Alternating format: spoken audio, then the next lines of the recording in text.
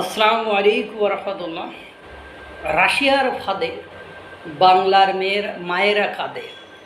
রাশিয়ার ফাঁদে বাংলার মায়েরা কাঁদে। রাশিয়ার কর্মে খালি হয় বাংলার মায়ের কোল।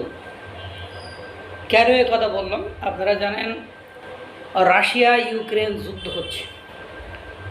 রাশিয়া ইউক্রেন যুদ্ধে সম্মুখ সারিতে, সামনের সারিতে যে ফাইটার, যে যোদ্ধা যারা, তারা আর কেউ নয়, তারা বাংলাদেশিকে বিভিন্ন সেক্টরে কাজ দেওয়ার নাম করে বাংলাদেশ থেকে রাশিয়ায় নেওয়া হচ্ছে। রাশিয়ায় নেওয়ার পরে তাদের ওই সেক্টরে কাজ নেই বা ওখানে কাজ হবে না, এটা বলে তাদেরকে যুদ্ধক্ষেত্রে পাঠানো হচ্ছে।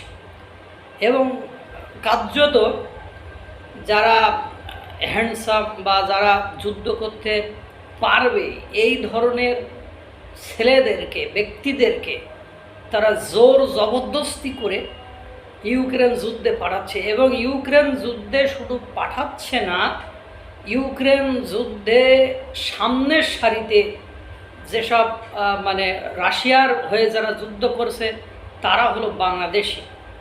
এবং ইতিমধ্যে বাংলাদেশের অনেক লোক রাশিয়া ইউক্রেন যুদ্ধে সম্মুখ সারিতে থাকার কারণে তাদের প্রাণ হারিয়েছে। এই এএফপির সংবাদ মাধ্যমের, আন্তর্জাতিক সংবাদ মাধ্যমে জানা গিয়েছে, বাংলাদেশের 1 ডজনেরও বেশি অভিভাবকরা মস্কোতে আবেদন করেছে যাতে করে তাদের সন্তানদেরকে দেশে পাঠিয়ে দেওয়া হয়।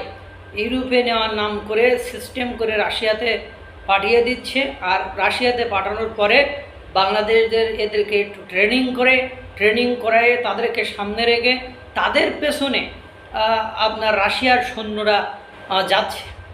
এ হলো অবস্থা।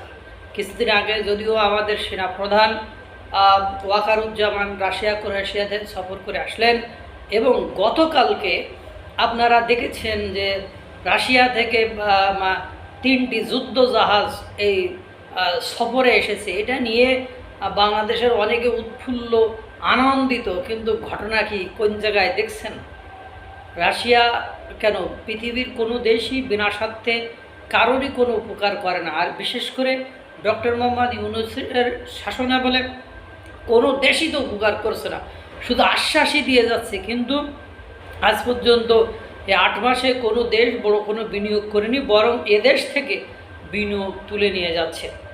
ভারতের সাথেও রাশিয়া একই ঘটনা ঘটাচ্ছিল, পরে ভারত সচেতন হয়ে একদম স্ট্রিক্টলি ফরবিডেন, নিষেধ করে দিয়েছে যাতে করে কোনো ব্যক্তি আর রাশিয়াতে যেতে না পারে।